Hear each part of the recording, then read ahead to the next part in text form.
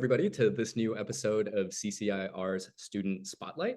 With me today is Maggie Zhang from the Mountain View High School. Maggie is a current sophomore at Mountain View High School, and during her time here at CCIR, she took the Future Scholar course in Regenerative Medicine and Stem Cells with Dr. Birol Ai from Harvard Medical School. So we're going to learn a little bit today about Maggie's research journey, but first things first, Maggie, welcome to the show. Thank you for having me. Okay, so Maggie, let me begin by asking you the question I always open these interviews with, and it's, why did you decide in the very first place to pursue research in this particular field? Yeah, so in terms of research, I think I've always enjoyed learning and finding new knowledge, and I've always been a quite observant person, always asking questions. And school has always been fulfilling in terms of the practical manner where you could learn the information, but in terms of finding new information and going deeper into a specific topic, I feel like that's only something you can do usually outside of a school setting. And CCIR's research opportunities were able to provide me that. And I think just going deeper into a certain topic gives me a great sense of self-satisfaction and just knowing that I'm learning and possibly helping myself towards making a big difference in science in the future. As for why I decided to do the stem cells and regenerative medicine course, I think I was always interested in biology. I just wasn't too sure about which specific field of biology I was going into. But I thought the thought of stem cells and regenerative medicine was really interesting because I feel like it relates directly towards the very basis of biology, which is proliferation of life and how life emerged to become such complex organisms. So I think stem cells are a way of almost replicating the origins. So I just thought it was very interesting, and also it's a very rapidly growing field and has a lot of positive applications. Yeah, definitely. I mean, you sort of constantly are hearing about stem cells in the news. I'm going to ask you a little bit more in a second about some of the details of your work and some of the things that you learned. But one thing I'm curious about is sort of coming from a more general background in biology and a more, let's say, traditional way of teaching, what were some of the things about taking the research course with Dr. Ai that surprised you, both in terms of like your conception of maybe what science is or what biology is, and how actual scientists actually go about practicing these things? Mm-hmm. I think in terms of the actual content that he taught us, we learned a lot more about the applications of the science.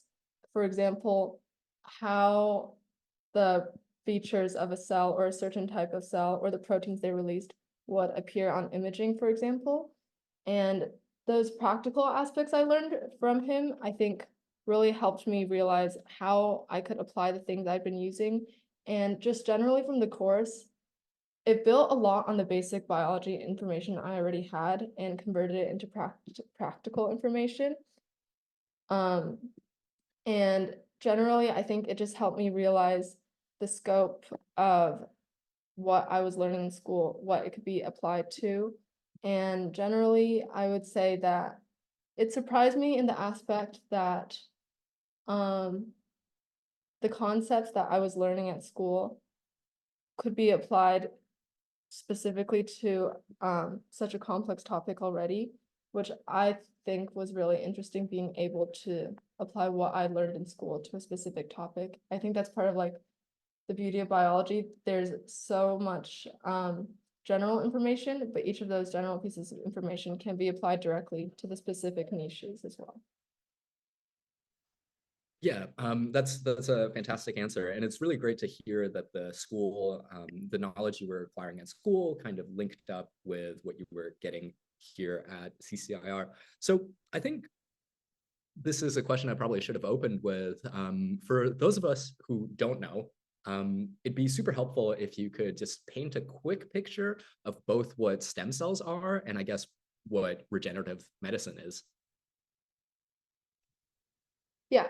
So stem cells are basically they're a form of initial cells that we have in our human body who are capable of differentiation, which is potency. And there are many different types of stem cells. There's totipotent, pluripotent, multipotent, and unipotent stem cells. And basically, they're categorized based on what they can differentiate into. For example, certain stem cells can differentiate into embryonic stem cells, and eventually all the cells in your human body. And then after a certain point, some of those stem cells go on further to only differentiate into specific categories of cells. For example, hematopoietic stem cells go into the formation of blood. And overall, it's a very promising field because of the range of differentiation it can have.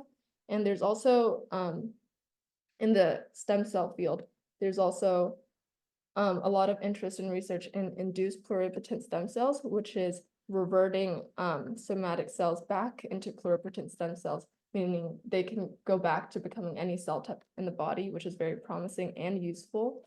And regenerative medicine is basically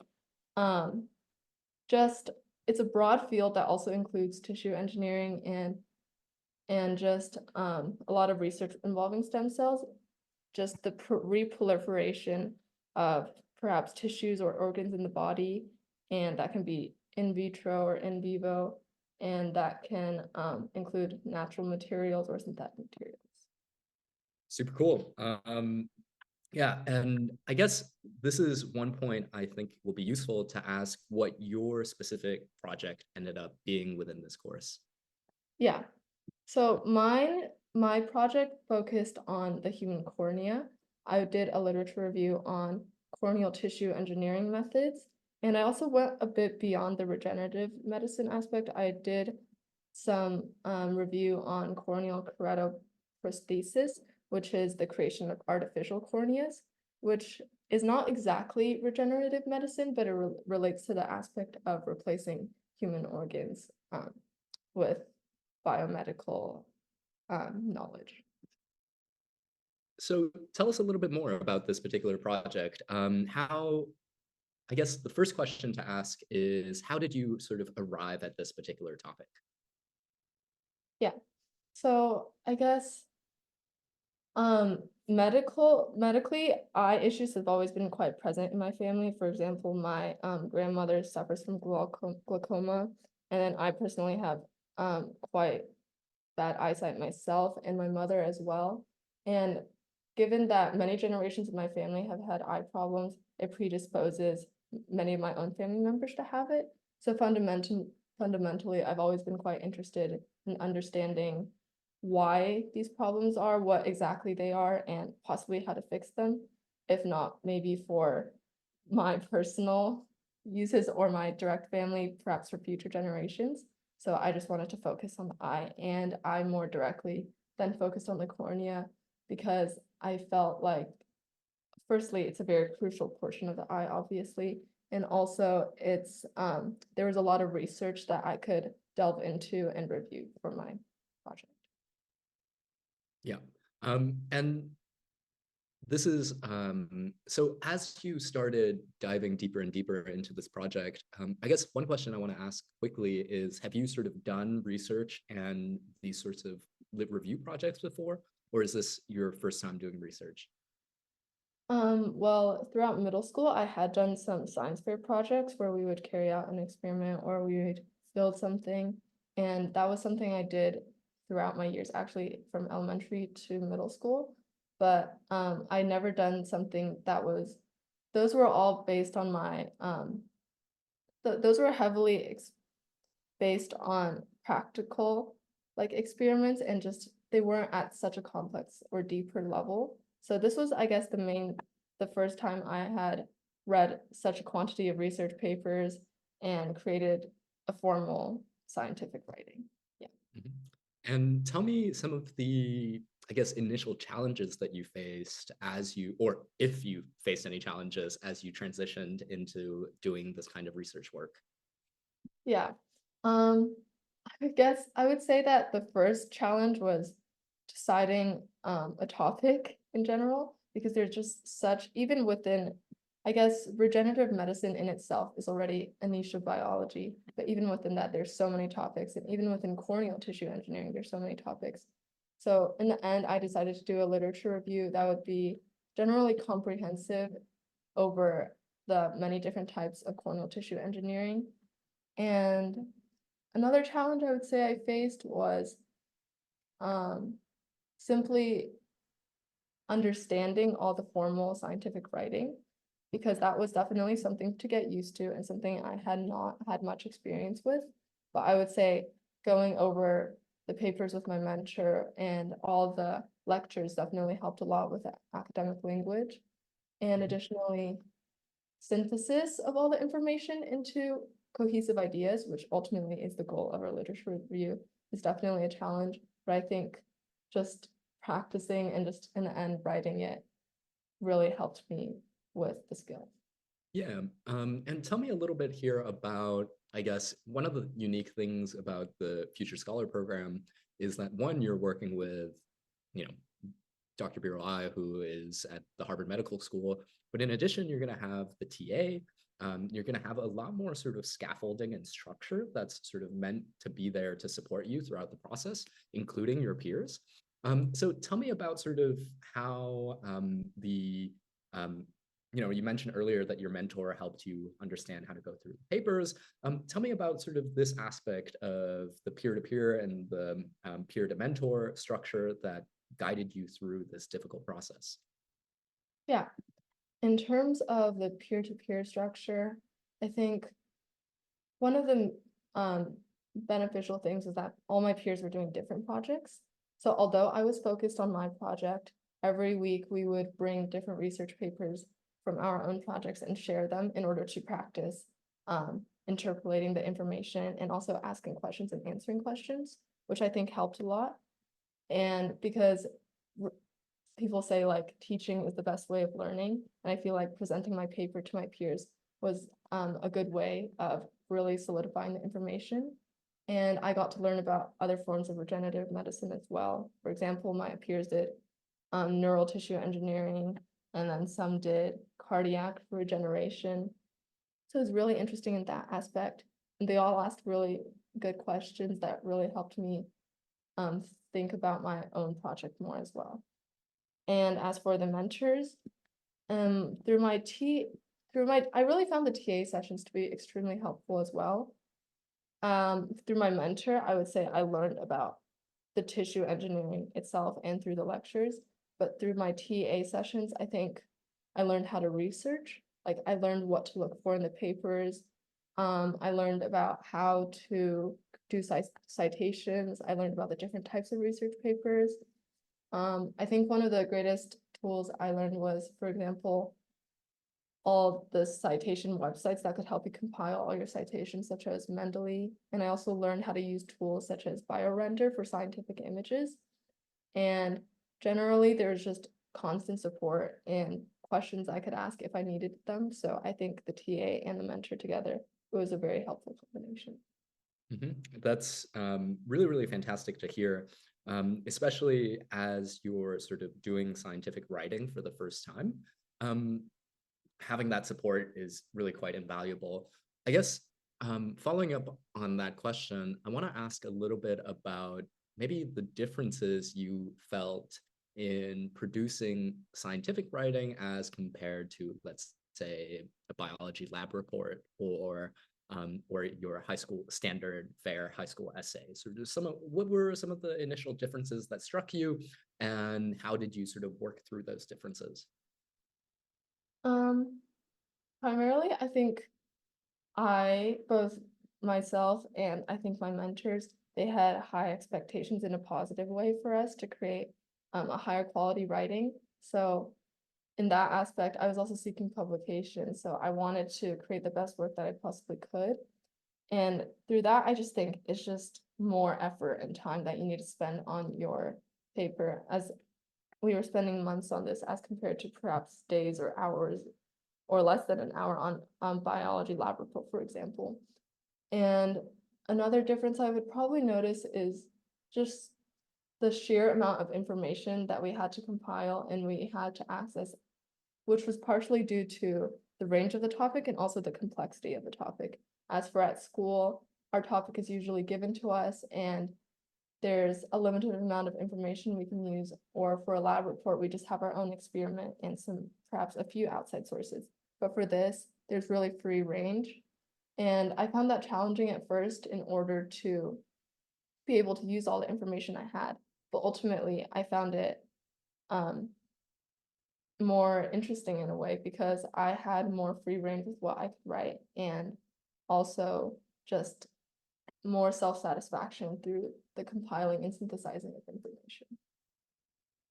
Yeah, that's a really great answer. I think one follow-up to that, I kind of was hinting at this a little bit earlier, but I do find that especially in the STEM fields, a lot of our students come in really strong in science. And one thing they encounter is that in doing research, they learn that science is kind of weirdly different than what they had thought science was. So for instance, rather than being sort of a settled body of knowledge that you're simply getting in the textbook, you realize that science is very much work in progress. You realize that science splinters off into all sorts of different subfields. How has this research experience changed, if it did at all, your understanding of the practice of science and this field that I guess you've been interested in since you were little? Yeah. As you mentioned, I think this experience definitely opened me up to the fact that not all my questions can be answered and there's a lot to be known still. For example, usually in class, any question I ask, my teacher can usually answer.